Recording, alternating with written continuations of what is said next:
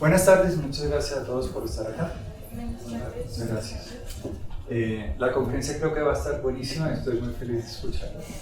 El profesor José Iriarte de la Universidad de Exeter en el Reino Unido es un arqueólogo y arqueobotánico que investiga las interacciones entre el hombre y el medio ambiente, el desarrollo de las economías agrícolas y la aparición de sociedades complejas en las tierras bajas de América del Sur y Central. Ha dirigido y participado una amplia gama de proyectos multidisciplinarios internacionales que integran la arqueología, la arqueobotánica, la paleoecología, el paleoclima, la edafología, los sensores remotos como el LiDAR, el ADN antiguo y la ecología moderna en toda América Latina. Actualmente desarrolla el proyecto Last Journey, que investiga el arribo de los humanos a Sudamérica junto con colegas de la Universidad de Antioquia y la Universidad Nacional de Colombia. Muchísimas gracias por tu presencia.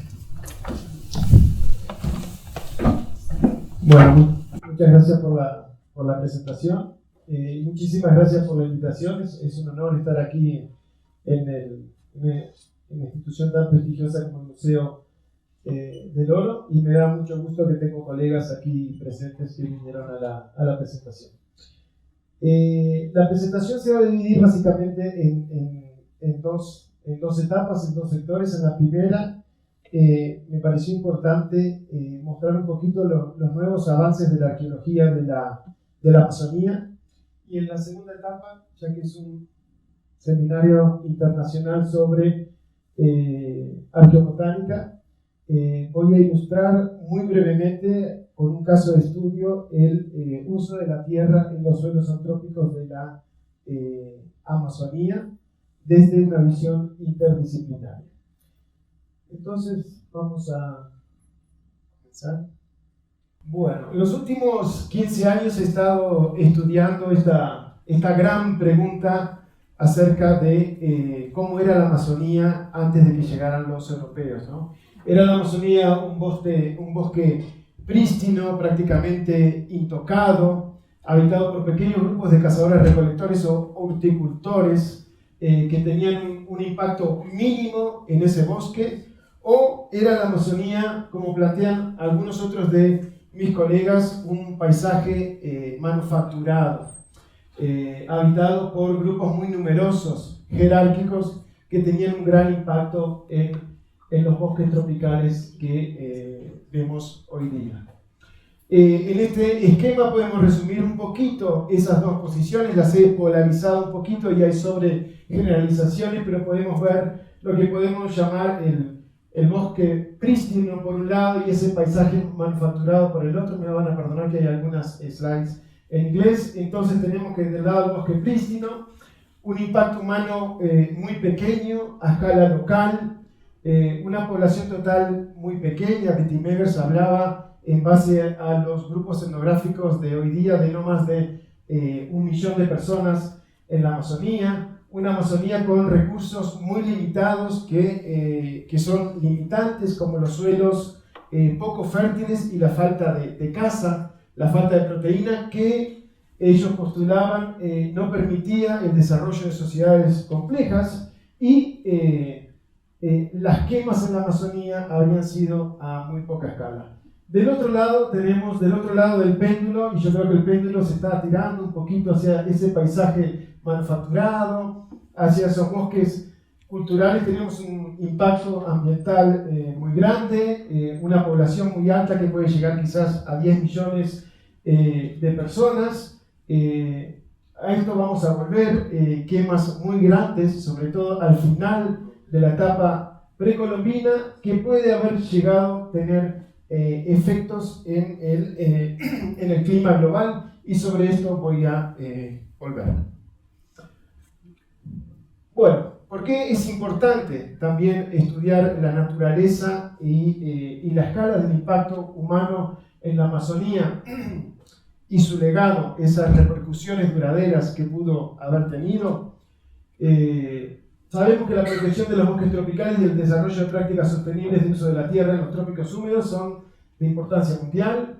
La Amazonía representa una importante reserva de biodiversidad, es muy importante y es crucial para la regulación del clima en la Tierra, para tomar decisiones políticas con conocimiento de causa sobre el futuro sostenible de la Amazonía, una sólida comprensión del papel histórico del ser humano en la configuración de esos paisajes amazónicos es necesario. Debemos tener eso, como se llama en inglés, ese deep time history de lo que pasó en la Amazonía, y obviamente debemos saber hasta qué punto esos bosques amazónicos fueron resistentes a las perturbaciones históricas a lo largo del tiempo, que nos pueda dar esos baseline para hacer políticas informadas en la Amazonía. Entonces yo quería comenzar esta charla con dándole un poquito de énfasis al rol que debe cumplir la arqueología en las políticas de la Amazonía. Bueno, responder esta pregunta no es muy fácil porque, como muchos de nosotros sabemos, la Amazonía es realmente enorme, es del tamaño de Norteamérica continental.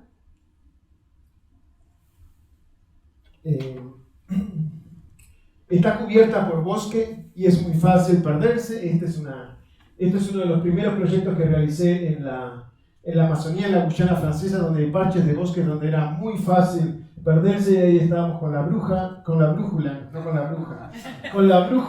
tratando de encontrar la salida de ese bosque con una Jennifer Watling, que ahora es profesora en la Universidad de San Pablo, muy joven. Te interrumpo, sí. Pero en un suceso mediático que hubo de unos niños perdidos en la selva y la gente buscándolo, decían que la brújula se pierde en la selva amazónica, que la brújula pierde el norte, cosa que me parece a mí sorprendente, pero el mito está muy bueno en todo caso. Habría algún campo magnético muy especial, Sí. Pero sí, varias anécdotas sobre esta decisión de campo. Y bueno, hablando de que la Amazonía es enorme, creo que uno de los ejemplos casi anecdóticos que puedo dar es, aquí tienen uno de los primeros artículos de perspectivas de la revista Science, en donde se mostraba toda la arqueología que existe en el suroeste de la Amazonía, el Beni y el estado de Acre, y luego aquí teníamos los trabajos que ha realizado Michael Heckenberger, la ciudad de Jardines con los xinguanos, ¿no? Todo lo que son las cabeceras del río Tapajós es un área que tiene unos 800 kilómetros, eran totalmente inexploradas, para que se hagan una idea de los vacíos que todavía tenemos en la Amazonía. Entonces, sabíamos muy bien de los llamados geoglifos, sabíamos muy bien de estas zanjas circulares que ocurren en el sur de la Amazonía, sabíamos muy bien del trabajo de Michael Heckenberger con los xinguanos, pero toda esta área era totalmente desconocida. Ahí, con Jonas Gregorio de Sousa, financiado por National Geographic, hicimos un poquito de LiDAR, hicimos un poquito de asesoramiento remoto, desafortunadamente en áreas que hoy están totalmente deforestadas, y por ejemplo pudimos documentar unos 80 sitios de estas aldeas circulares fortificadas que están basadas sobre suelos antrópicos, suelos creados por los humanos, que voy a hablar en un momento, ¿no?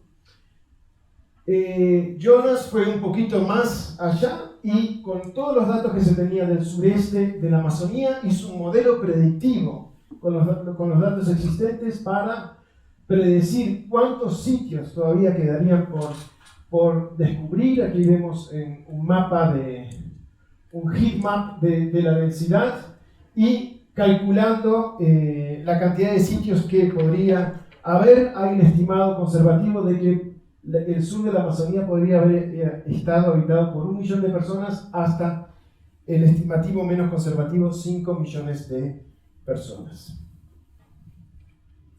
Bueno, sigamos. Acá tenemos a Jonas y Antonia Damasceno realizando el chequeo en el campo de los sitios que habíamos encontrado, y hablando de las aventuras de campo, cada tanto algún puente tirado que teníamos que circunvalar. Bueno, la Amazonía, como sabemos, también tiene una diversidad de ambientes. Y ahora voy a empezar, en estas quizás primeros 20 minutos, media hora, voy a hacer un recorrido muy corto sobre los nuevos desarrollos de la Amazonía. Vamos a comenzar con el poblamiento de la Amazonía, que toma lugar hace aproximadamente unos 13.000 años, y en donde tenemos la dispersión humana de grupos que en ese gran viaje de la colonización salieron de África hace 70.000 años, pasaron por Australia hace 50.000, 60.000 años y entran a las Américas hace por lo menos 25.000 años, ¿no? Las dataciones, como van a ver, más tempranas que tenemos para la Amazonía son aproximadamente de 13.000 años, cuando los humanos estaban conviviendo con los grandes mamíferos de la edad del hielo que se extinguieron hace 10.000 años. Esto es parte de nuestro proyecto que tenemos con Gaspar y con Javier y con varias universidades europeas, en donde hemos estado excavando 3 abrigos rocosos en la serranía de la Lindosa, con dataciones que van hasta 12.600 años calibradas antes del presente, dataciones muy parecidas al otro sitio amazónico que tiene dataciones muy tempranas, que es Caverna da Pedra Pintada en la boca de la Amazonía. Solo para mostrarles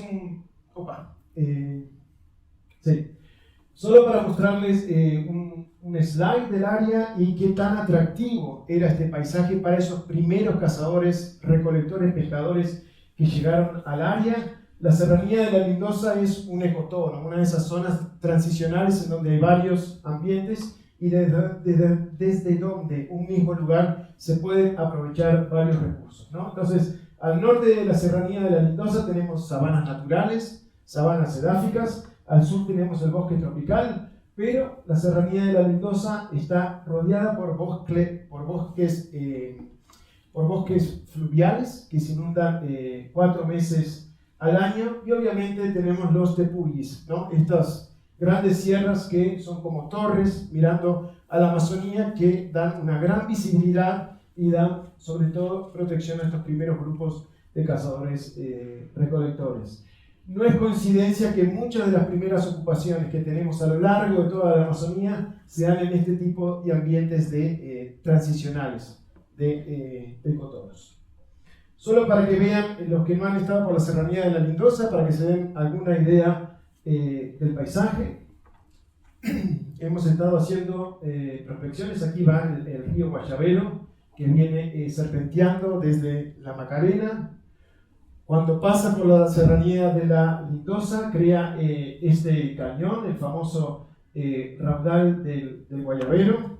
Una de las pinturas del raudal del Guayabero está básicamente aquí, también prácticamente mirando al río. Es realmente un lugar muy especial, y solo para mostrarles, a Gaspar le va a doler la espalda cuando vea estas fotos, porque es una selva con piedras muy difícil de caminar, y nos ha costado un poco encontrar esos abrigos rocosos precerámicos, pero realmente es una de las zonas en donde hay más ocupaciones tempranas.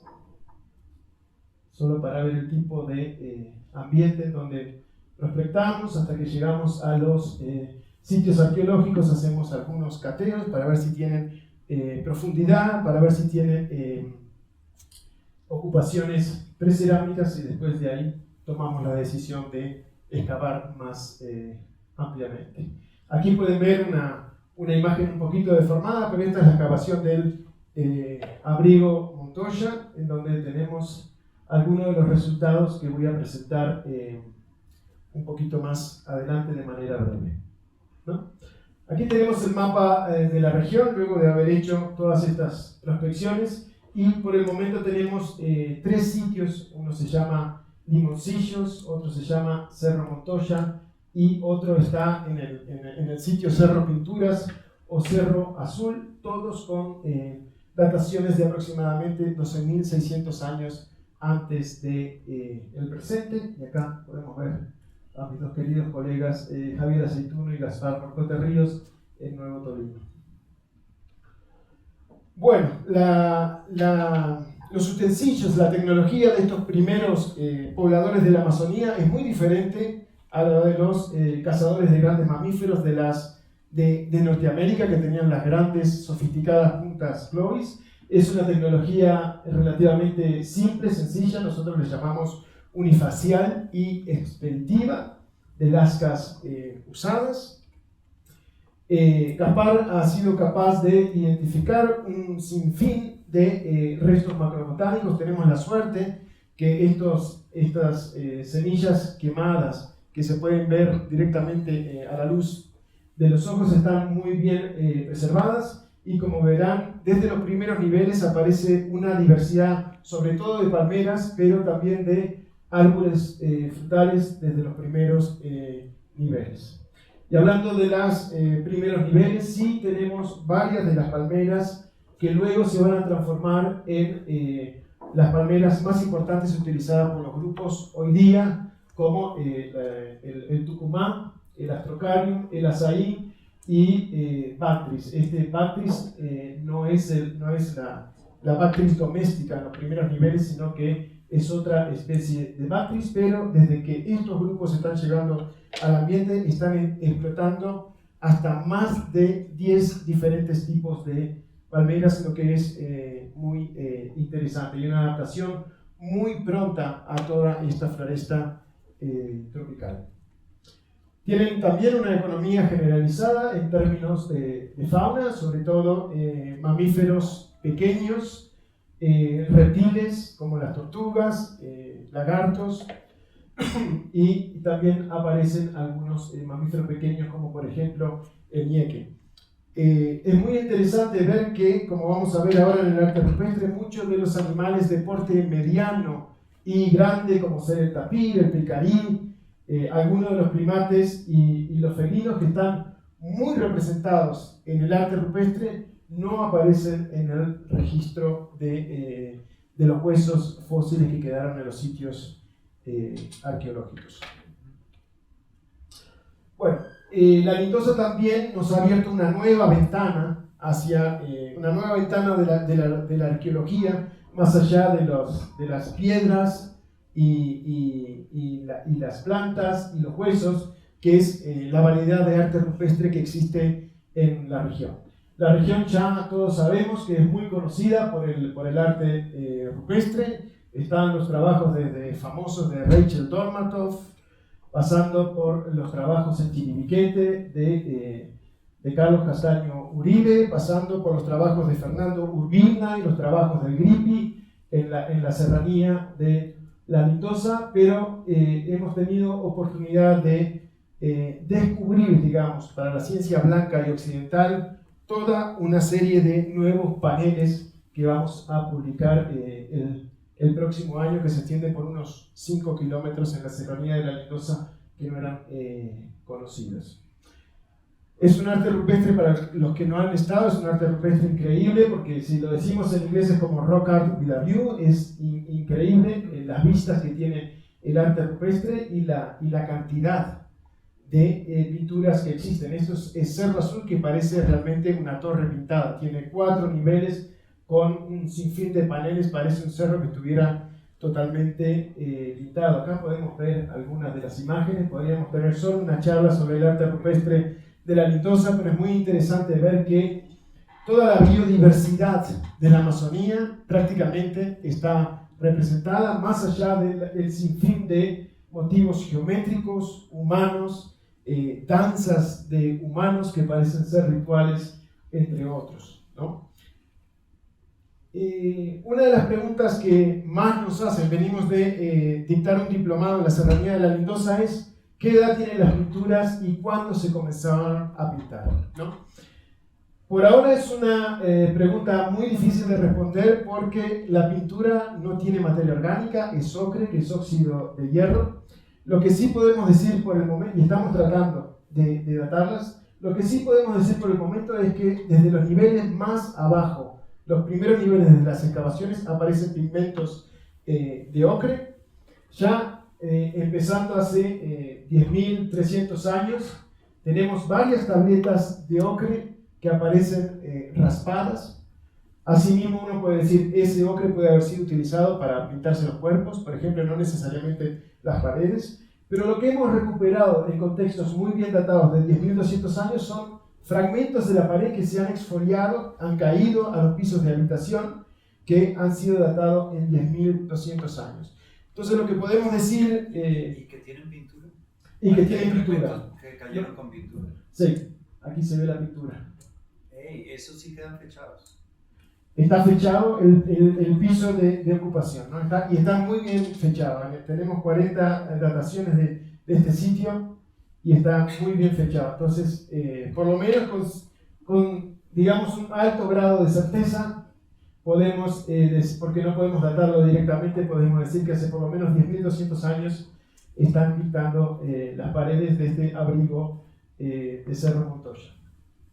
Otra cosa interesante son las resinas de copal, que sirven como incienso, pero también hay muchos grupos amazónicos que usan la resina de copal para sellar las pinturas en la cerámica. Entonces también estamos tras la pista de tratar de recuperar pequeñas muestras orgánicas que pueden haber sido preservadas en las pinturas para ver si también podemos recuperar quizás copal u otros aglutinantes, porque nos queda muy claro realizando experimentos que sí tienen que haber utilizado aceites vegetales o animales como aglutinantes, porque para ponerlo bien simple, si uno pinta con agua y ocre, eso se lava con el spray en la lluvia, simplemente. Así que bueno, en eso estamos. Aquí tienen el panel principal, que es uno de los más famosos, realmente increíble, hasta parecería que tuviera cierto grado de organización, y es increíble la diversidad de motivos que tiene. Tiene la característica de tener estos rectángulos, que Carlos Castaño los llama racimos, que son cuadrados y solo aparecen cuadrados en el panel principal, y aparecen murciélagos también en el panel principal, que es algo muy característico de él. Bueno, una de las cosas más intrigantes que nos ha pasado en la serranía de la Lindosa es ver representaciones gráficas que parecen ser los animales de la edad del hielo. Esto es muy controversial, no lo tenemos datado directamente, pero nosotros decimos básicamente por qué no. Los seres humanos que llegaron a la Amazonía eran Homo sapiens modernos, capaces de tener representaciones abstractas.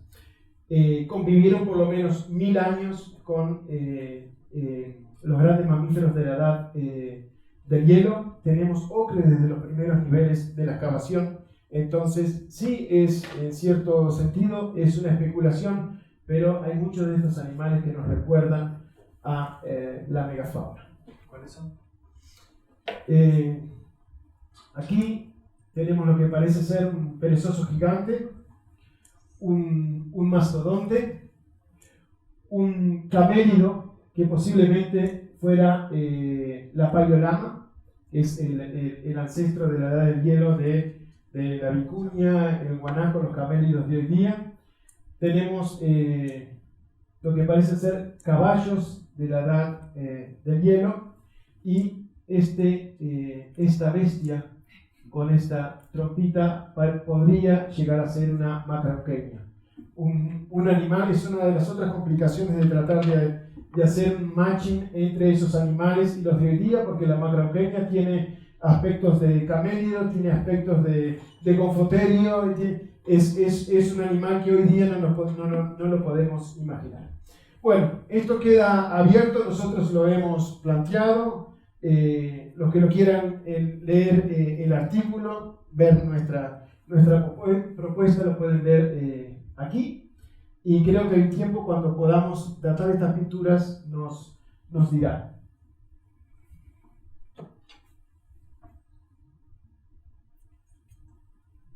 Bueno, sigamos. Vamos a pasar al Holoceno Medio. Vamos a pasar a la segunda parte de la presentación, el Holoceno Medio. Hoy estábamos conversando justo con Nicolás sobre qué está pasando en el Holoceno Medio en Sudamérica y en la Amazonía. Entonces, mis colegas Manuel Arroyo Calin y Phil Rivis tomaron toda la base de datos de dataciones de Sudamérica, y ustedes pueden ver que en el Holoceno Medio, que va más o menos de 8.2 a 4 miles de años antes del presente, vemos una caída en el número de dataciones. Sí tenemos este declive y hoy, como estábamos conversando hoy, hay varios lugares en la Amazonía donde este declive es muy real. Uno de los lugares es la Amazonía Central, en donde hay un hueco, un gap de dataciones entre aproximadamente 7.000 y 3.000 años.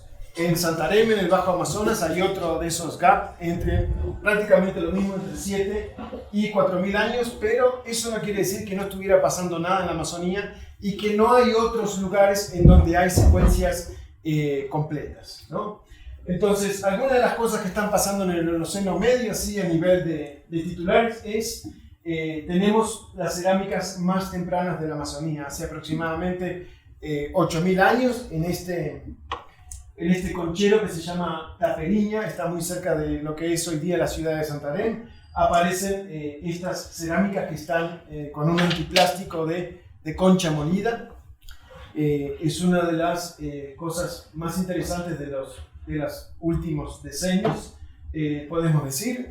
Durante el Holoceno medio también está llegando el que va a ser el cultivo más importante de las Américas, que es el maíz. Está llegando prácticamente hace 7.000 años al oeste de la Amazonía y va a llegar hace 4.000 años hasta el este de la Amazonía. Muchos de estos cultivos que se ven en el mapa están siendo domesticados y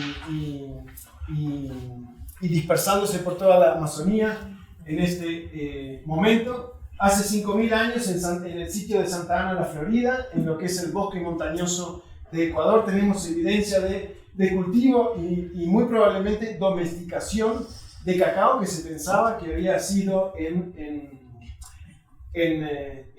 Mesoamérica. Eso ha sido visto se ha podido recuperar de estas cerámicas tan lindas en forma de estribo, tanto lo que le llaman los biomarcadores como la tiobromina. Se han podido recuperar granos de almidón y hasta ADN antiguo. Este es el trabajo de Sonia Sarillo con Francisco Valdés. Hemos podido documentar hace 4.000 años, cuando está terminando el Holoceno, el tercer evento de domesticación de arroz mundial. Lo hemos hecho con fitolitos, estos cuerpos microscópicos de sílice que derivan de las glumelas del arroz. Podemos ver que a lo largo del tiempo aumentan de tamaño, viendo que los humanos empiezan a seleccionar los granos más grandes. Y no solo empiezan a seleccionar los granos más grandes, sino que podemos ver en los sitios que los fitolitos de las semillas de arroz empiezan a incrementarse en los sitios arqueológicos, lo que nos está mostrando que posiblemente lo colectaban como se hace hoy en los grandes lagos de Estados Unidos, que es batiendo las panículas de arroz arriba de una canoa y tirando el resto del residuo del cromo, ¿no? Otra de las cosas que está pasando en el Holoceno medio que son muy interesantes. Y ahora nos vamos a ir un poquito hacia el Holoceno tardío y también mostrar algunas de las cosas que están pasando durante el Holoceno tardío. Una de las cosas más interesantes, de vuelta, el trabajo de Arroyo Calin y Rilis, parece ser un punto, 2.000 años, parece ser un punto de inflexión, y tenemos un gran crecimiento en las dataciones de carbono 14, que posiblemente, obviamente, están relacionados con una mayor cantidad de sitios y una mayor intensidad, mayor población y intensidad en el uso de la tierra. Durante el Holoceno medio vemos estas grandes tradiciones cerámicas, los trabajos en tierra monumentales empiezan a expandirse por toda la Amazonía. Es probable que este comercio a gran escala que vemos hoy día en algunos núcleos de la Amazonía es cuando comenzaron y empezamos a ver que hay una organización política cada vez más sofisticada. El Holoceno tardío es el momento también, este es el trabajo de Jonas de Sousa, es el momento también en donde los datos arqueológicos y lingüísticos nos comienzan a mostrar que se da, junto con la expansión de estas lenguas, una expansión de la agricultura y una expansión de esa vida sedentaria, tanto de los grupos Arawak con el tipo de cerámicas saradoide barrancoide, como los Caribe con el inciso puntuado, los tupí guaraní del tronco tupí, así como los grupos Y con la tradición Una acá en el centro de Brasil. Bueno, una de las cosas que nos hablábamos de arquitectura monumental, una de las cosas que nos está permitiendo documentar esa arquitectura monumental son los nuevos desarrollos en la tecnología. Y uno de ellos es la tecnología LiDAR, que nos está permitiendo ver por debajo del bosque. Acá estamos con Mark Robinson en Acre, pasando sobre algunos de los geoglifos que fuimos capaces de mapear.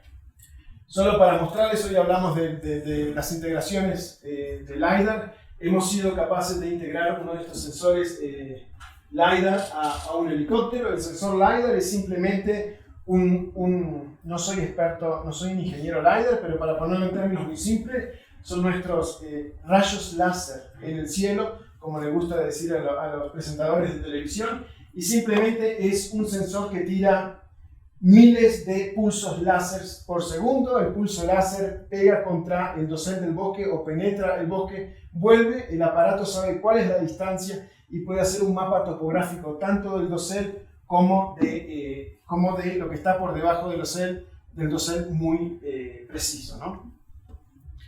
Acá tenemos a Mark Robinson en el helicóptero controlando la captación del LiDAR. Y solo para el que no haya visto LiDAR, esto es bastante didáctico. Aquí tenemos una imagen clásica de Google en donde podemos ver el dosel del bosque, por donde pasamos el escáner LiDAR. Aquí podemos ver una topografía del dosel del bosque, los árboles más altos en ese rojo más fuerte, y una de las cosas que hace el software de LiDAR es un algoritmo de remover la vegetación, en donde después uno puede llegar a ver lo que hay por debajo de ellas. Entonces ustedes pueden ver el dosel del bosque, uno aplica este Vegetation Forest Removal Algorithm y se ve lo que está por debajo. En este caso pudimos detectar dos de los llamados geoglifos. Solo para darles algunos ejemplos, aquí estamos en el sureste del estado de Acre, en donde en los últimos 20 años las investigaciones han sido realmente crecido de manera exponencial. Cuando yo fui la primera vez a Acre en el 2009 a hacer trabajo de paleoecología, se habían detectado unos 50 geoglifos. Hoy hay más de 500 llamados geoglifos en el área. Estamos en el sureste de Acre, aquí tienen un mapa. Entonces, solo para mostrarle la cronología, Quinarí son los llamados geoglifos, y luego tenemos la otra tradición que viene después de los geoglifos, que se llama la tradición de las aldeas circulares. Solo para mostrarle algunos ejemplos, aquí pueden ver algunos de estas zanjas que son perfectamente geométricas. En este caso han sido reveladas porque desafortunadamente mucha de esta área ha sido deforestada. Pueden ver un poquito la complejidad arquitectónica de estos sitios. Y una de las cosas que a mí me gusta mucho decir cuando doy charlas en el Reino Unido es mostrar, por ejemplo, el sitio neolítico de Avebury, ¿no? Que es, en términos simples, le podemos llamar una zanja circular. Entonces, imagínense si en el condado de Wiltshire se hubieran encontrado 500 de estos sitios, si alguien estaría discutiendo si la Amazonía era prístina o no era prístina, ¿no? No tengo tiempo para detenerme en todas las características culturales y cronológicas y de subsistencia de los geoglifos, pero solo para mostrar uno de los sitios más complejos. Este es el sitio Tequiño. Pueden ver la complejidad arquitectónica con la avenida principal viniendo desde el norte, pero ven que hay avenidas en todos los puntos cardinales. El caso de este sitio tiene como una triple zanja, es un sitio rectangular y tiene arquitectura monticular a su interior, y está conectado también con otros sitios. Luego de la tradición, y voy a pasar por estas culturas bastante rápido, luego de esta tradición viene la tradición de las aldeas circulares. Son unos sitios realmente muy idiosincráticos. Aquí podemos ver uno de ellos también, lo pudimos realizar con LiDAR. Los montículos son elongados y parecen las marcas de un reloj. Es algo que es totalmente novedoso para toda la Amazonía. Tienen dos avenidas que salen hacia el norte principales, dos avenidas que salen hacia el sur y una avenida este-oeste que conecta con otros sitios. Y bueno, aquí pueden ver el diámetro y la cantidad de montículos que pueden llegar a tener. Pero una de las cosas, aquí tienen otro diagrama LiDAR de una de estas aldeas de montículos que podemos ver aquí. La mayoría se encuentra sobre las terrazas, cerca de un pequeño río. Aquí pueden ver los caminos que las conectan entre sí. Y una de las cosas que quería resaltar de ellos es que a través del uso del LiDAR hemos podido ver cómo todos estos sitios están conectados. Estos caminos tienen una profundidad de entre medio metro y 1 metro y son construidos, tienen como lo que en inglés se llama berms, como cordones. Están hundidos y tienen cordones a su alrededor, y como pueden ver, cuando están llegando al sitio, esos cordones se hacen mucho más grandes. Aquí podemos ver uno de estos caminos. Estas son las rutas o los caminos principales que van hacia el sur, que llegan al sitio y ven que en determinado momento se unen. Si esto lo ponemos a una gran escala, podemos ver cómo todos estos sitios estaban interconectados por caminos, que creo que es uno de los grandes titulares de lo que está pasando en la Amazonía. Todas estas culturas están conectadas, muy conectadas por caminos.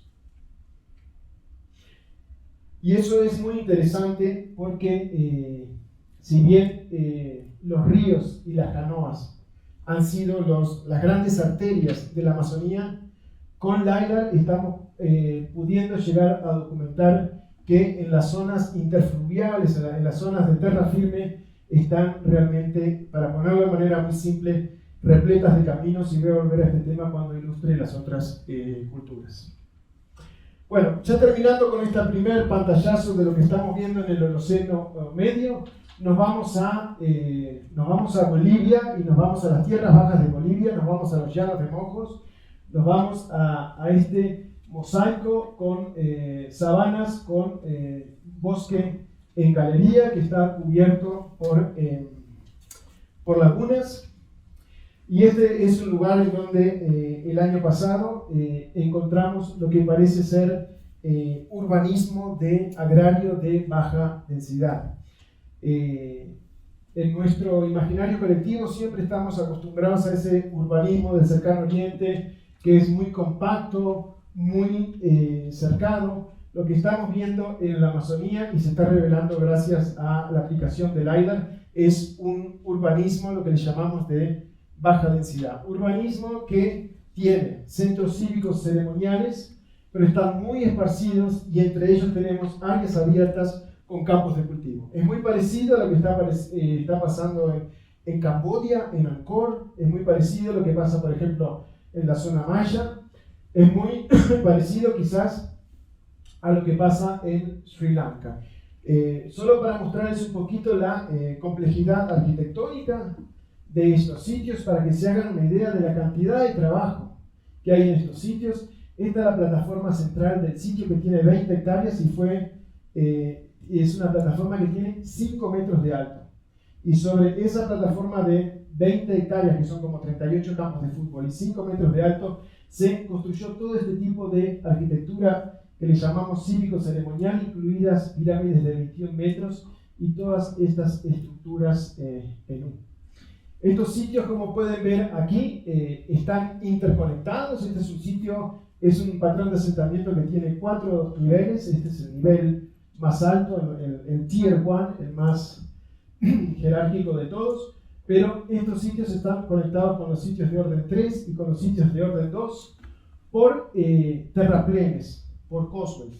Y aquí vemos otro caso en donde en la Amazonía boliviana todos estos sitios están conectados por estos grandes terraplenes que, como ustedes pueden ver en estos dos sitios, aparecen de manera radial y conectan con los otros sitios. Son rectos. Son rectos, son rectos. Son rectos y llevan a los otros sitios. Y muchos de ellos tienen una cosa que todavía no hemos excavado, tienen, cuando se intersectan tienen un gran montículo, que parece como un punto de chequeo. Y cuando se llega a estos grandes sitios, como aquí, tienen como un gran montículo que por ahora estamos hipotetizando que puede ser un punto de acceso o de chequeo al sitio. Y están rodeados hasta por tres circunvalares. Como por tres circunvalares, exactamente. Y aquí pueden ver, cuando hablamos de esta densidad baja, aquí se pueden ver todos los sitios que hasta ahora se han podido detectar y se ha hecho realmente un 1 o 2% de toda la área de esta región. La zona tiene unos 4.500 kilómetros cuadrados. Bueno, otro ejemplo rapidito sobre urbanismo en un área que es uno de los refugios de esa teoría del bosque prístino, que son los bosques de montaña del oeste de la Amazonía. Aquí estamos en el valle del Upano, a la sombra del volcán Sangay, y el río Upano, en vez de irse directamente hacia la Amazonía, corre de norte a sur. Y aquí vamos a seguir brevemente. Aquí podemos ver el tipo de arquitectura de plataformas muy modular y muy ortogonal que aparece en estos sitios. Esta es un área de unos 300 kilómetros cuadrados con sitios bastante bien concentrados, con áreas de amortiguación entre ellos. Yo me voy a apurar un poquito. Bueno, Está buenísimo. Bueno, vamos a la parte de arqueobotánica y hablando de el tema de arqueobotánica y del Holoceno tardío. Otro punto de inflexión importante durante el Holoceno tardío, empezando hace aproximadamente 2000 años, es que estas sociedades comienzan a transformar el paisaje de una forma que no se había visto anteriormente. Uno es vemos aquí, a través de reclamar áreas de sabanas inundadas como paisajes agrícolas, a través de la construcción de pequeños campos elevados. Esto lo vemos desde los llanos de Mojos hasta Guayas en Ecuador, se ve aquí en Colombia también, en la depresión de Monpós y en todas las sabanas inundables de la costa de la Guyana francesa. Y el otro tipo de uso intenso de la tierra es la creación de suelos humanos, de suelos antrópicos, que son las famosas terras pretas o Amazonian Dark Earth, como le llamamos hoy día. Para los que no han visto este tipo de suelos, son suelos muy diferentes de los suelos clásicos infértiles de la Amazonía.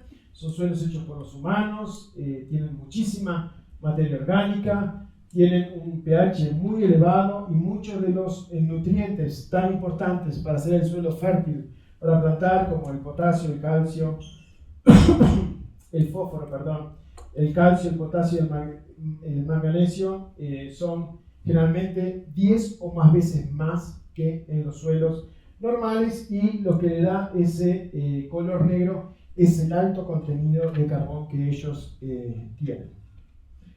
Aquí es el trabajo de Manuel Arroyo Cali, que ha hecho mucha microestratigrafía de estos suelos negros. Aquí podemos ver por todos lados los pedacitos de carbón que ellos tienen, los huesos de pescado que le dan todo ese fósforo, hasta las esponjas de espícula que son hechas para hacer el antiplástico de las cerámicas, también se pueden detectar entre muchos de ellos, ¿no? A mí me parece muy importante cuando hablamos, si bien no es una división así tajante, me parece muy importante cuando hablamos de estos suelos antrópicos diferenciar entre lo que son los Amazonian Dark Earth, los suelos negros, y los suelos marrones. Es una diferenciación que ya la viene haciendo un estudioso del suelo, un soil scientist holandés que se llama Sombroy, desde que empezó sus trabajos en Santarém, ¿no? Estos son los Amazonian Dark Earth.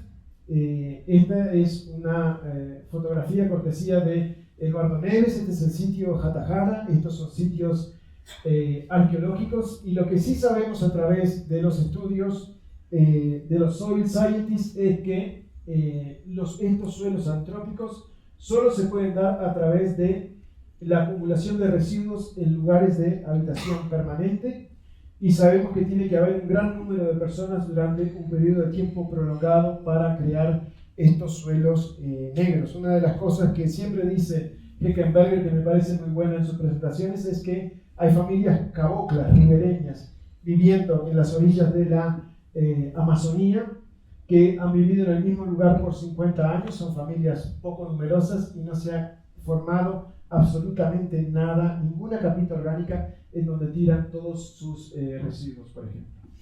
Lo que quería decir de estos suelos negros es que son generalmente, o deben haber comenzado como un resultado no intencional de la acumulación de basura en sitios arqueológicos, ¿no? Entonces, estos suelos negros varían a lo largo de toda la Amazonía, depende de aquella cultura diferente que los ha creado. Lo que para mí son más interesantes son las tierras marrones, los Amazonian Brown Earth, ¿no?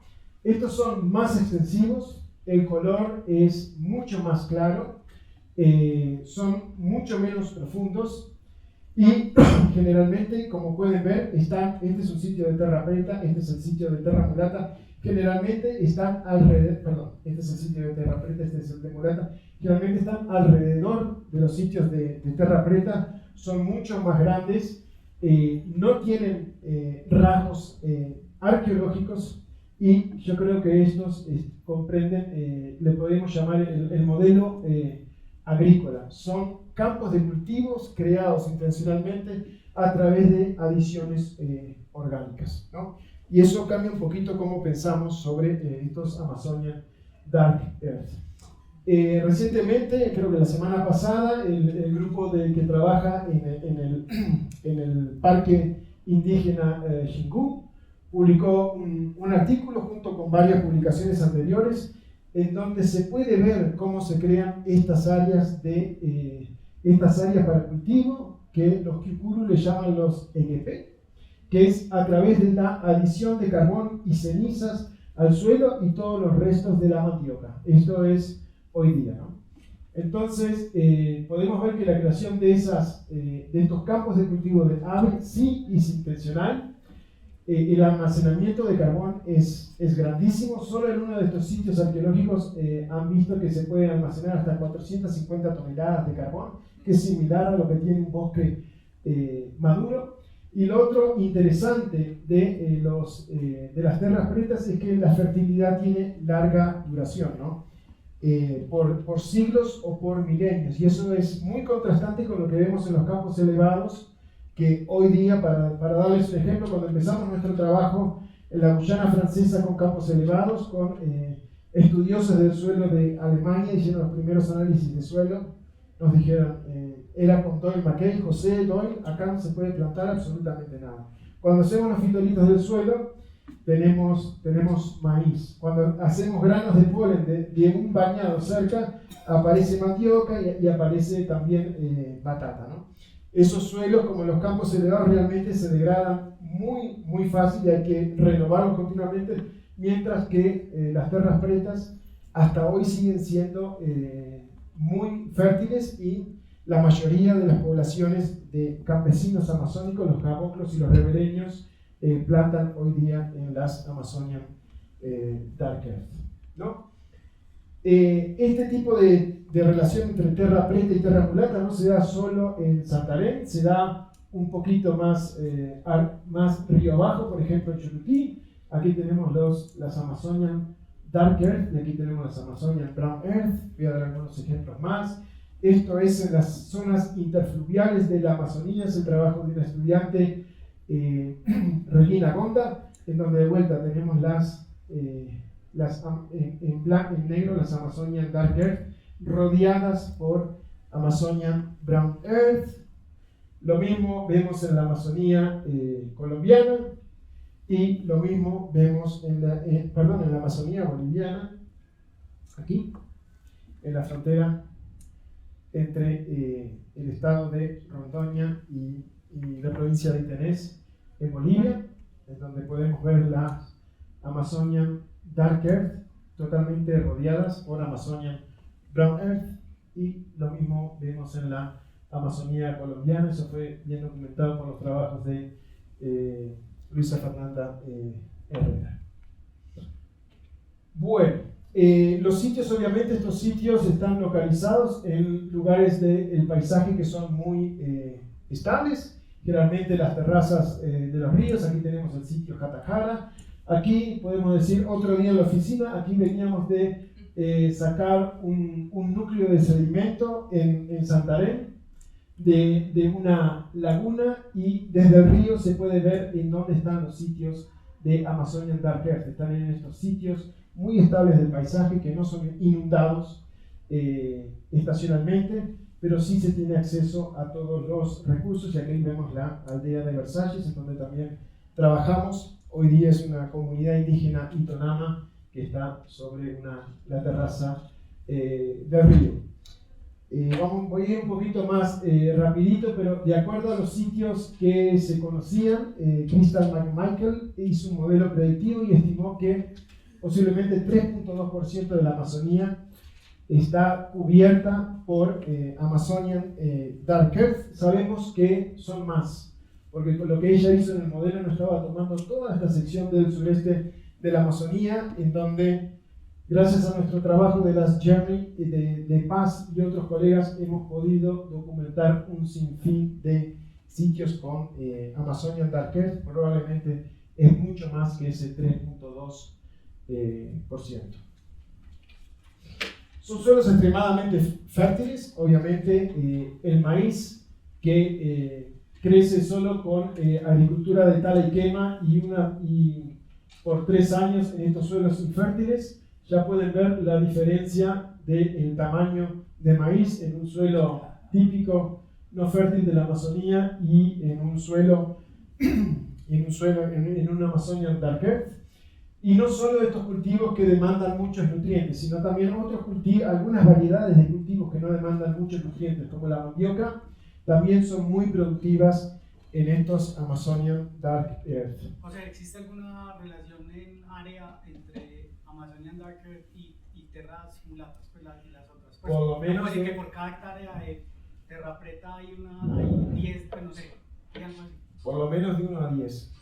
Entonces uno podría decir que eso que estás diciendo del 3.2, uno podría decir que es el 32 en tierra. Es un excelente punto. Porque como la mayoría es un excelente punto, porque como la mayoría de los arqueólogos solo se focalizan en los rasgos arqueológicos, generalmente no le dan mucha importancia a hacer grandes transectos de los sitios y documentar las tierras mulatas, las Amazonian Brown Earth. Entonces sí, la relación es por lo menos de 1 a 10. Por cada hectárea de Amazonian Dark Earth, mínimo 10 hectáreas de Amazonian Brown Earth.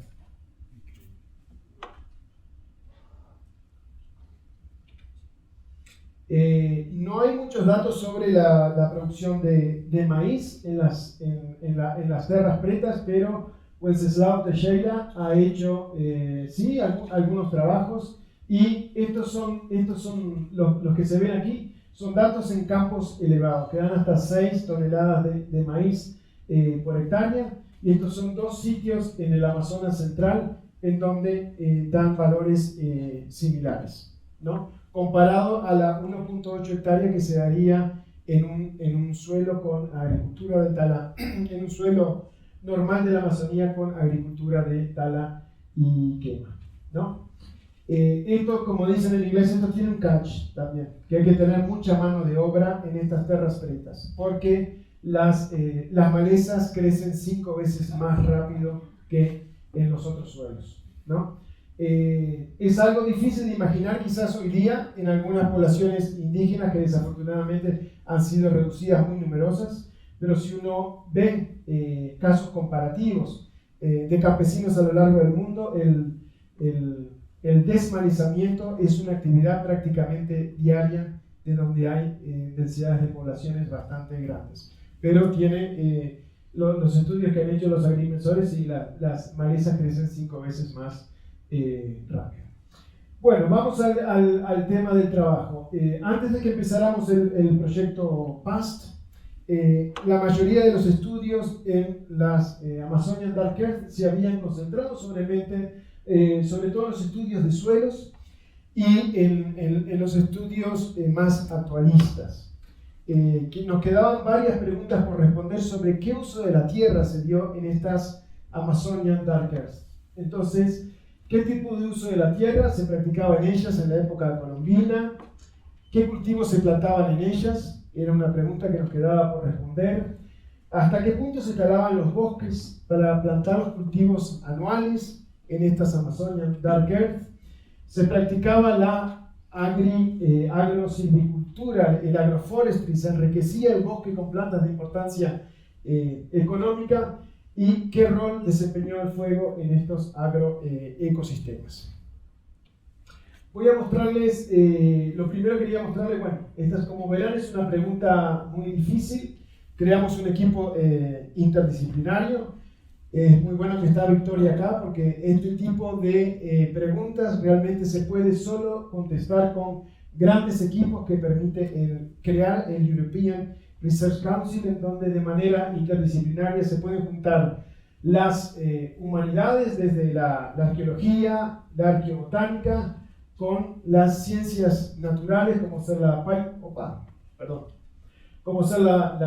paleoecología, la botánica, el estudio de los suelos y el remote sensing. Es la única manera que podemos pretender entender el origen de estos paisajes amazónicos, ¿no? En Sudamérica estamos muy acostumbrados a tener como los caballos los blinders.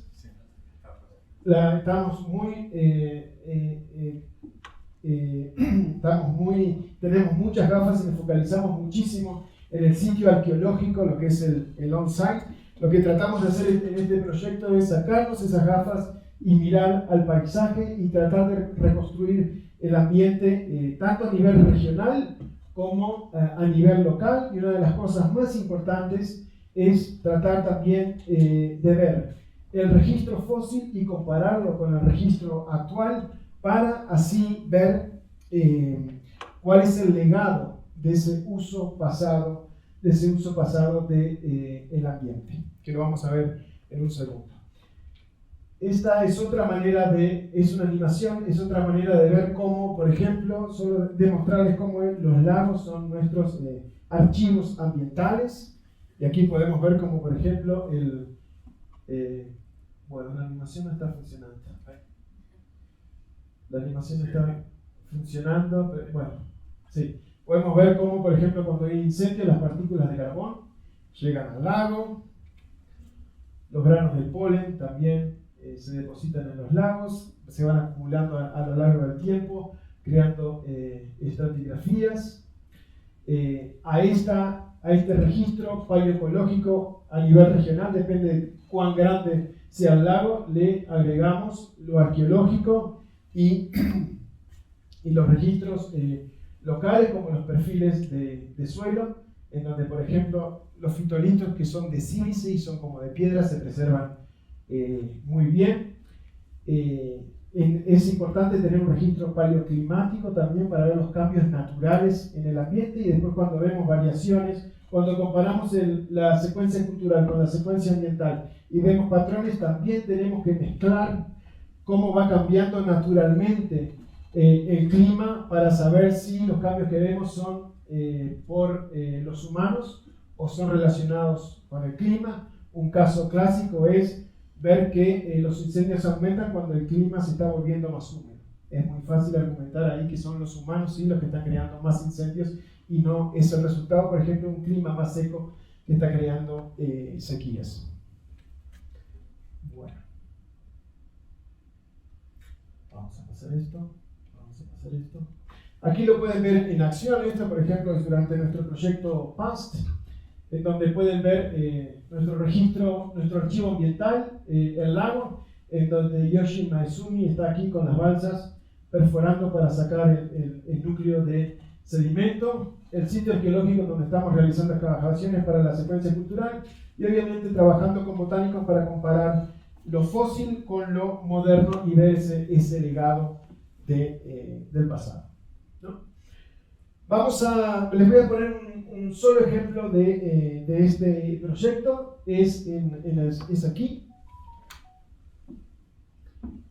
es en el Bajo Amazonas, es donde el río Tapajós desemboca en el río Amazonas.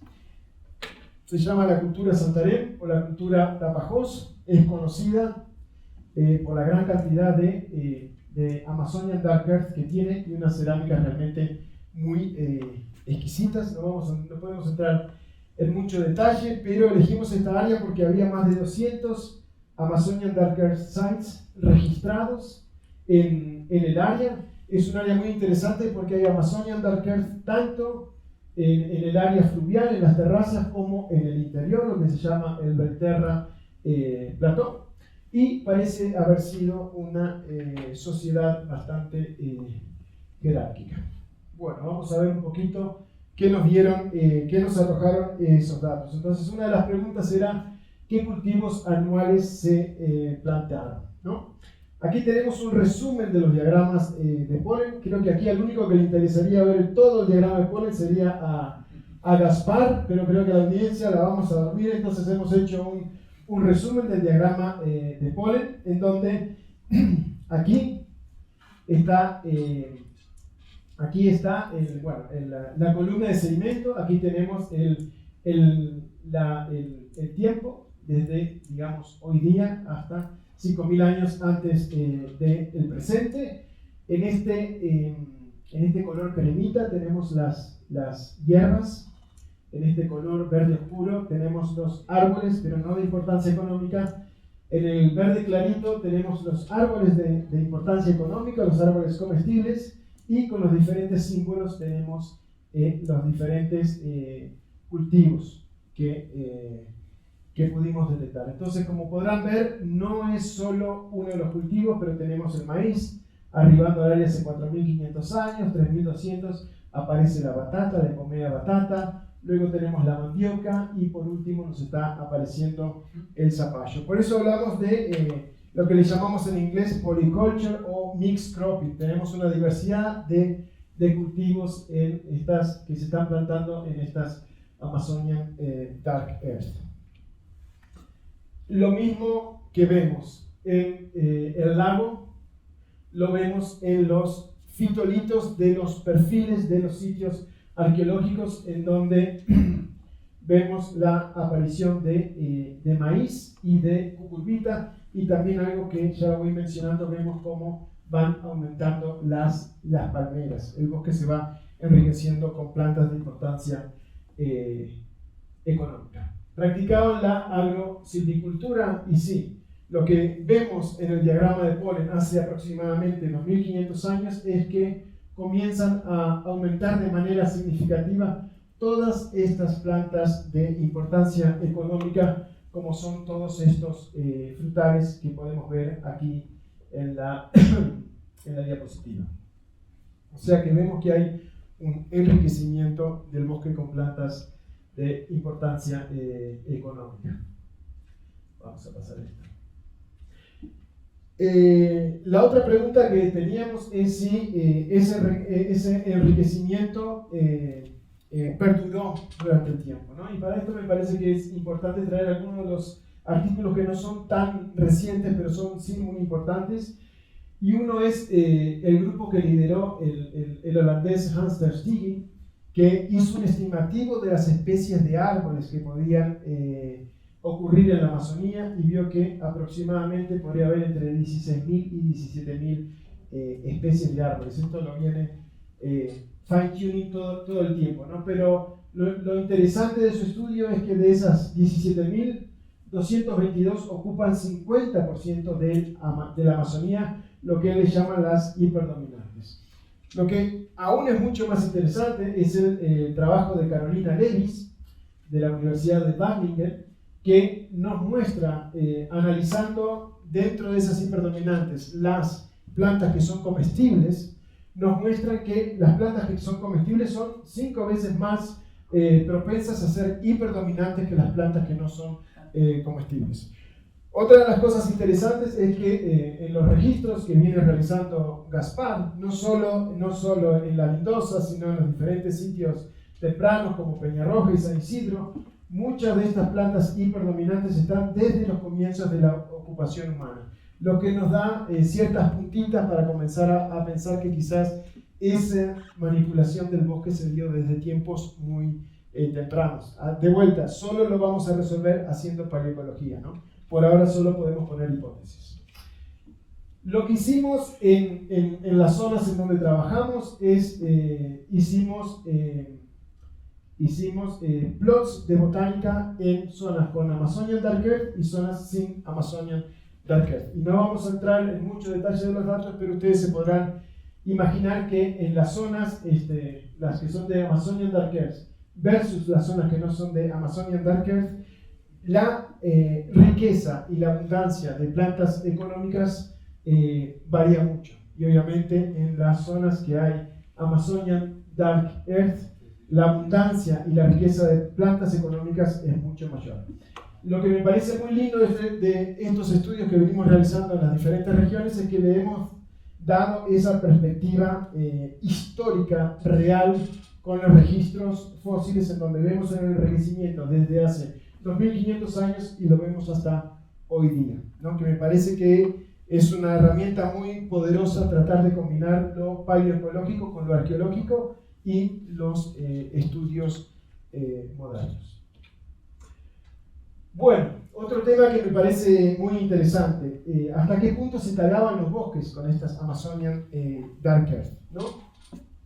Y aquí vemos que en todo el registro de polen, la cobertura arbórea es de un mayor, es de por lo menos más del 90%. Y esto lo vemos en el registro del lago, aquí y en los otros lagos, pero también lo vamos a ver en términos de fitolitos. O sea que tenemos una gran cobertura arbórea. Para hacer las Amazonian Dark Earth no estaban talando el bosque a nivel regional. Me parece una de las conclusiones más importantes de este proyecto, y vemos que las hierbas, que las podemos ver tanto en el polen como en los fitolitos, siempre se mantienen en unos porcentajes muy pequeños.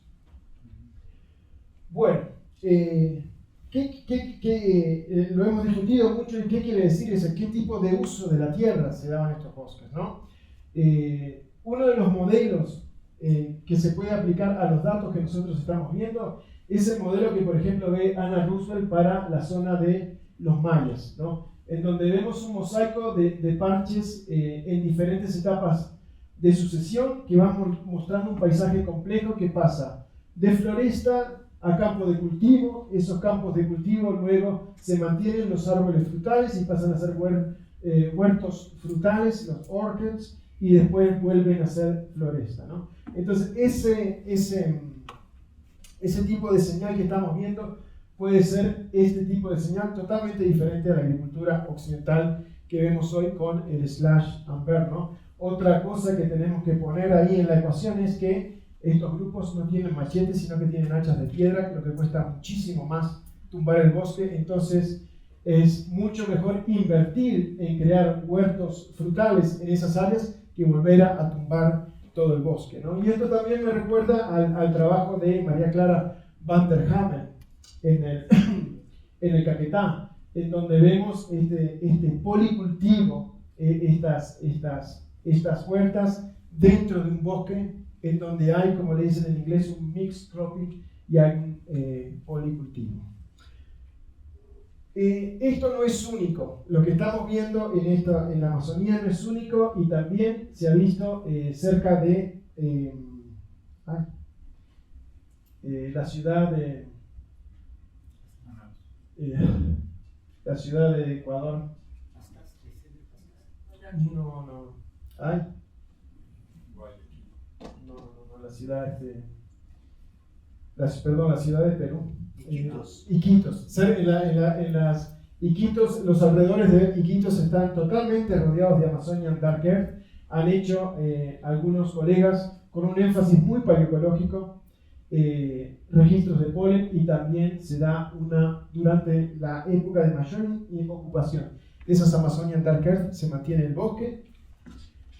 Esto también se da, ahora pasamos a otro ambiente, nos vamos allá a los llanos de Mojos, a este ejemplo posible de sociedades urbanas de baja densidad, pero los pocos registros de polen que tenemos de la zona, el bosque, que es un bosque de galería en esas sabanas, se mantiene constante durante toda la ocupación. Los registros de incendio de carbón coinciden totalmente con la ocupación, pero el bosque de las sabanas no disminuye. Esto no es nada nuevo, porque en el sur de Brasil hemos podido ver cómo no solo el bosque no disminuye, sino también que los bosques de Araucaria de Brasil, asociados con las ocupaciones arqueológicas, aumentan. Es otro tema, pero podemos ver cómo los grupos indígenas de las tierras bajas de Sudamérica han aforestado paisajes. Y esto quizá también es lo que está sucediendo. Esos son los trabajos de Luisa Herrera en la zona de la Sierra de Santa Marta, en donde los análisis de polen que ella hizo cerca de lo que hoy se llama Ciudad Perdida muestran que mismo cuando estuvo la mayor etapa de construcción, no tiene evidencias de que el bosque haya disminuido de manera sustancial.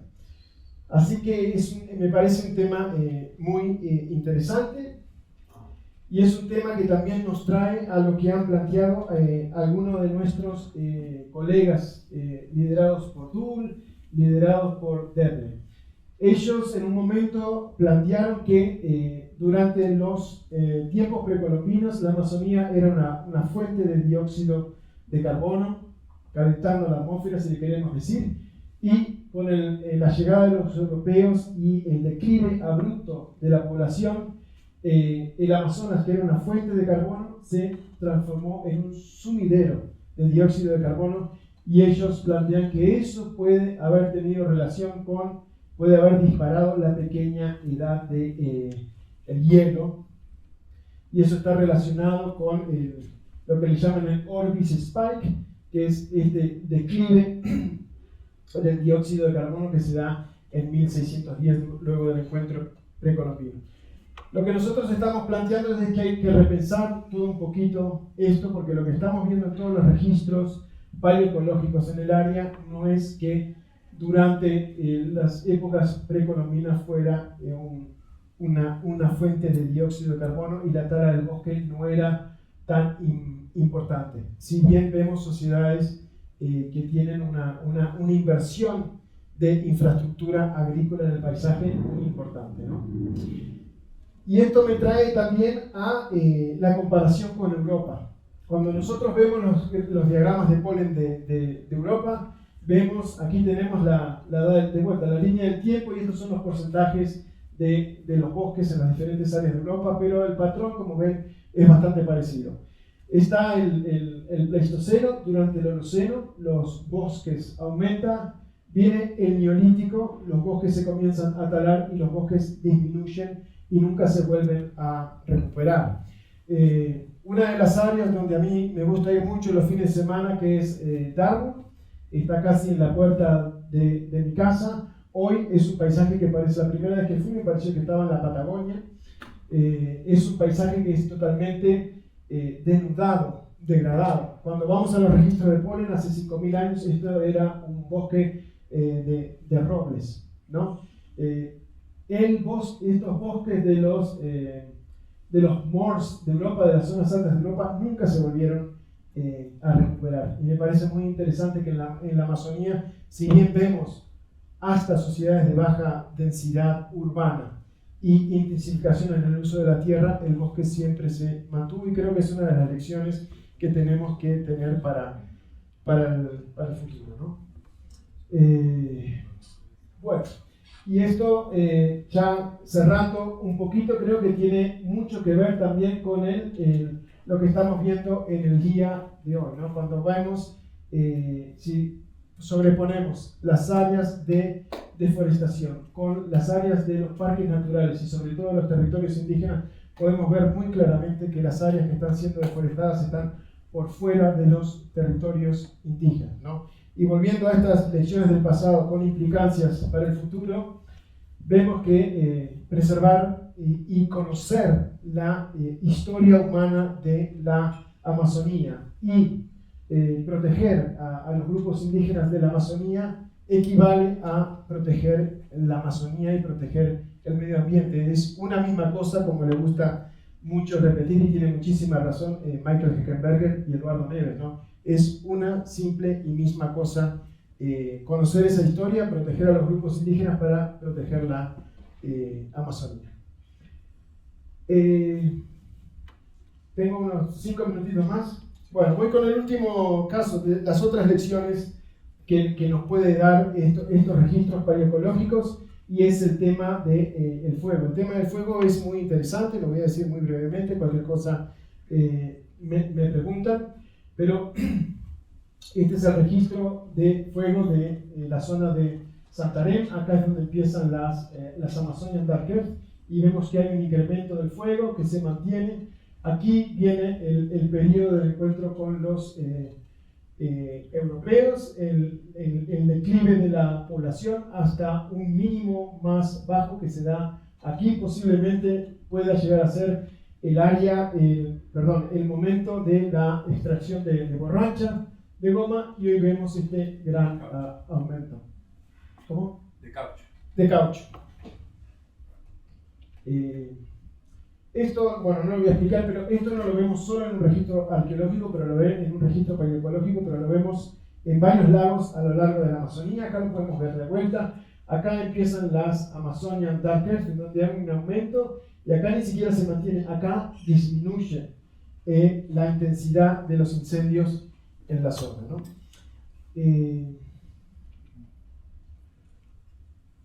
Este es el trabajo sobre todo de Yoshi Maezumi. Ahora, gracias a Dios, está empleado en el Max Planck en Jena, y es muy interesante ver cómo estas son las frecuencias de partículas de carbón, que es un proxy para los incendios.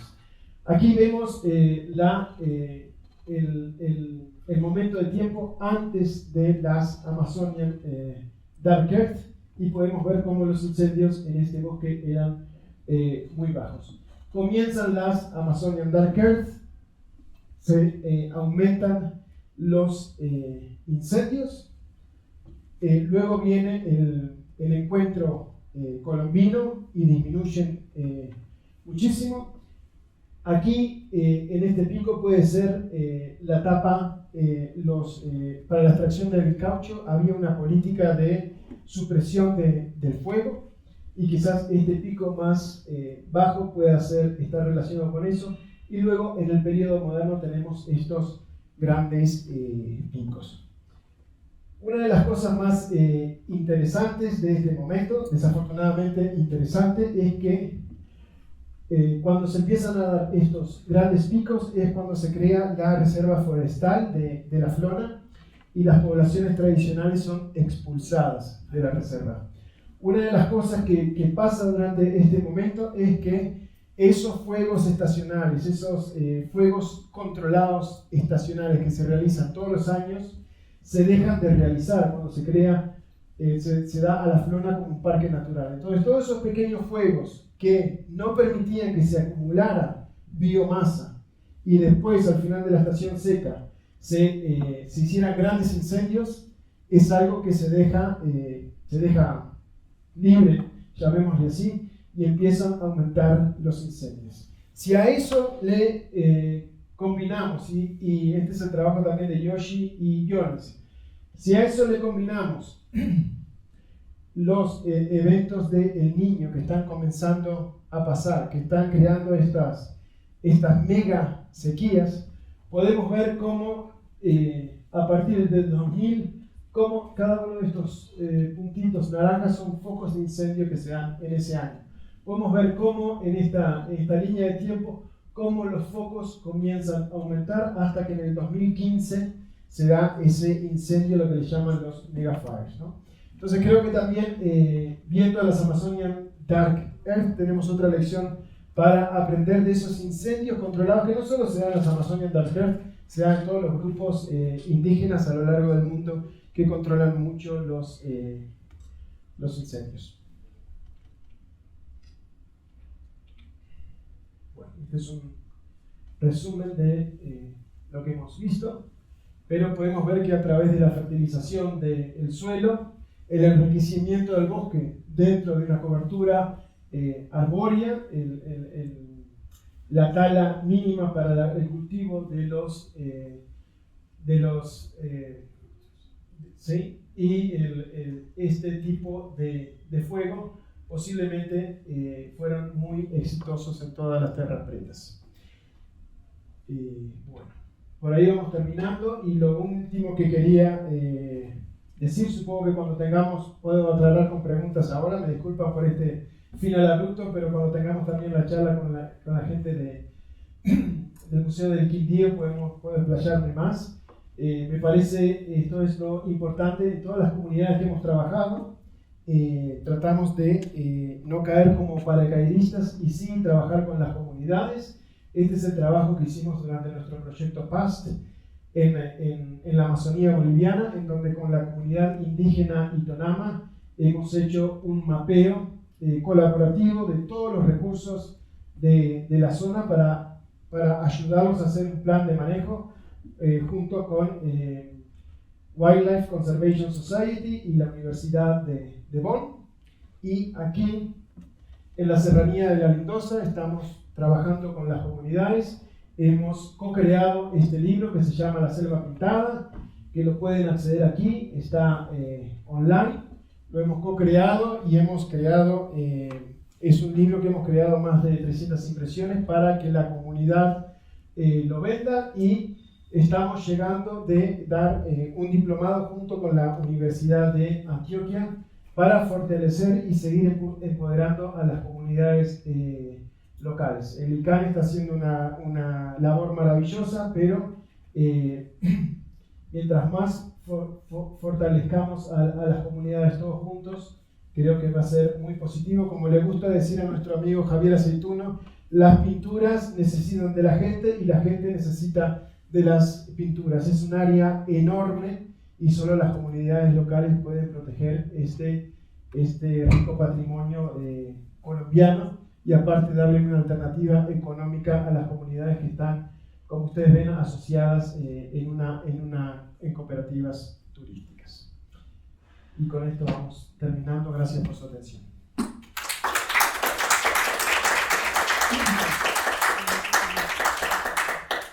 Yo no puedo hablar frente a los sabios, pero resumo lo que me contabas en el último gráfico largo. Para hacer estas tierras negras se les puso carbón. Sí. Yo hace 30 años yo había escuchado que trasteaban tierra de donde se inundaba y la subían a las tierras altas. ¿No es eso? Porque ya al excavar se pone carbón, como vimos a las señoras llevando el carbón. Ese carbón es vegetal, viene de los árboles. Sí. Quemaron árboles y entonces se ve que hay quemas.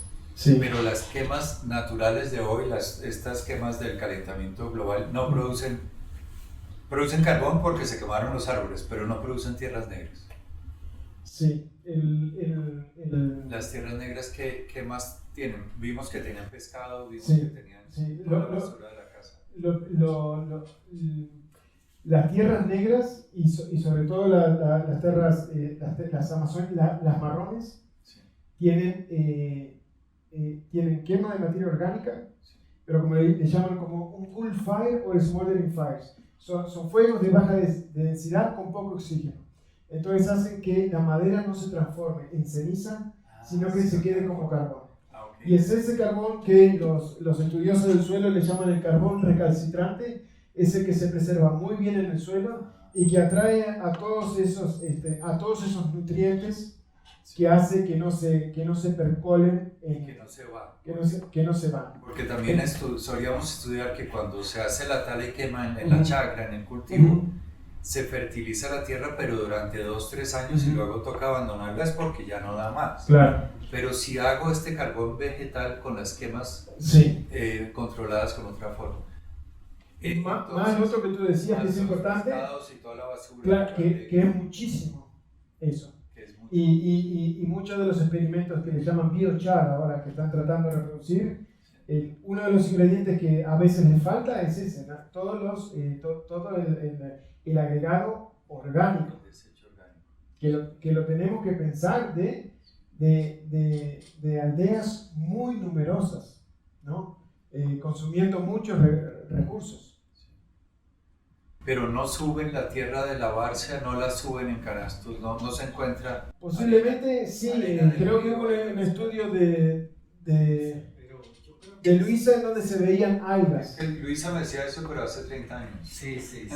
Yo creo que eso es que...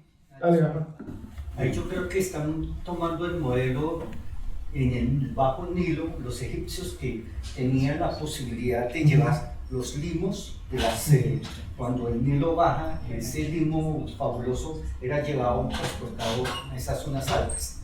Ese modelo se trató de mirar allí en Araraquara, Sí. a través de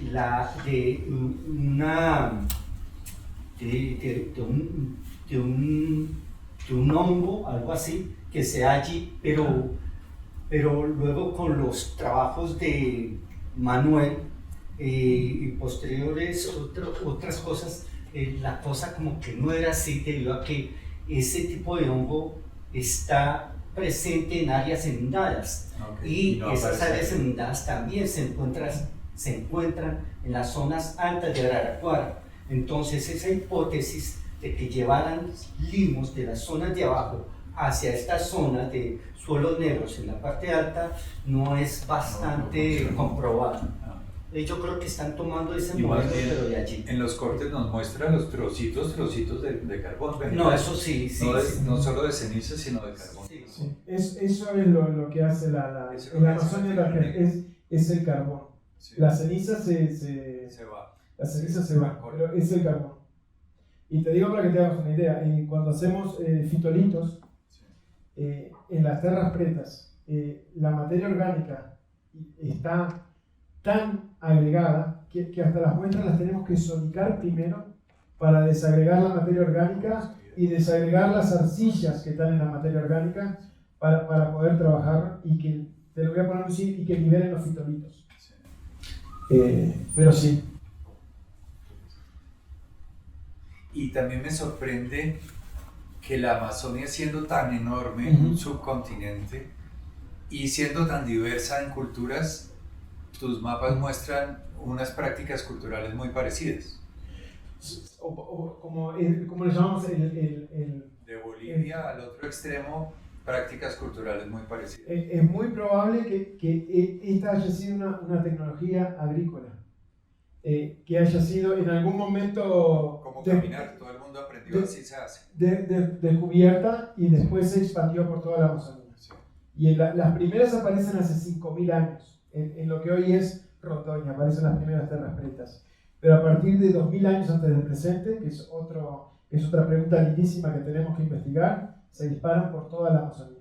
La que es pues usted la considera como una estrategia evolutiva estable para estar en ese ecosistema, pues para enfrentar esa situación de población creciente y esos ecosistemas, pues.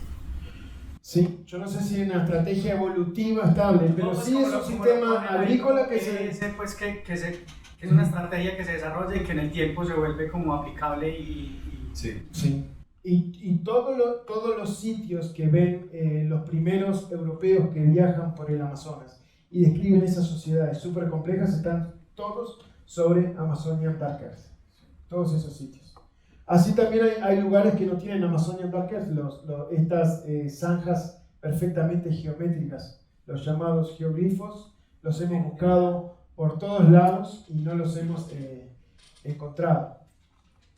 Pero sí es un fenómeno panamazónico que a partir de los 2000 años se expande por todo tipo de diferente cultura y por todas estas tradiciones barrancoide, tupí, una, está asociado, yo creo, también es algo que tenemos que documentar mejor, con poder plantar maíz de manera más sustentable y más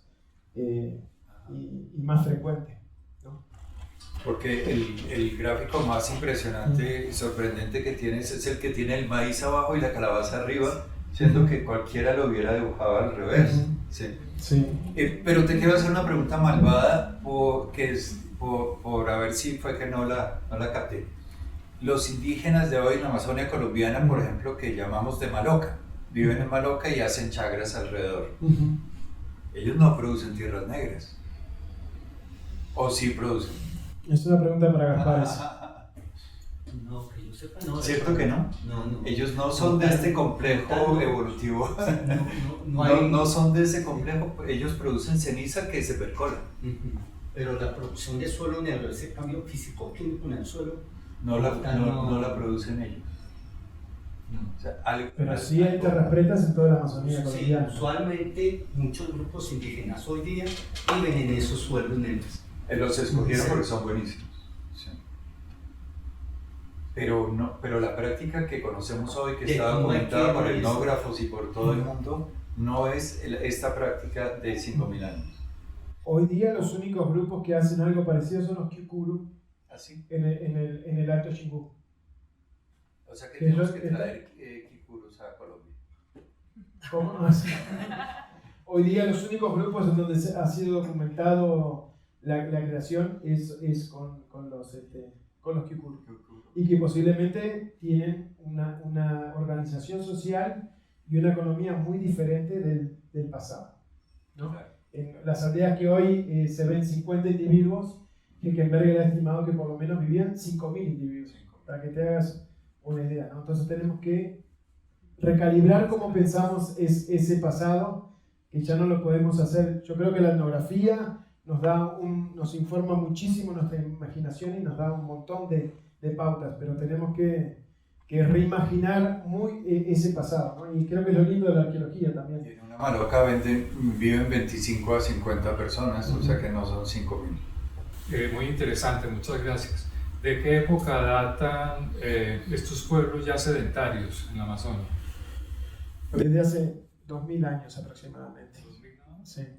Sí, también hay un gap muy, muy grande en la Amazonía entre lo que es la domesticación de plantas y lo que es esa vida más sedentaria, con lo que podemos llamar agricultura, que es un término muy cargado para la Amazonía, pero donde la gente empieza a depender la mayor parte de plantas domésticas, ¿no? ¿Tu país no estaba en 7.000 años?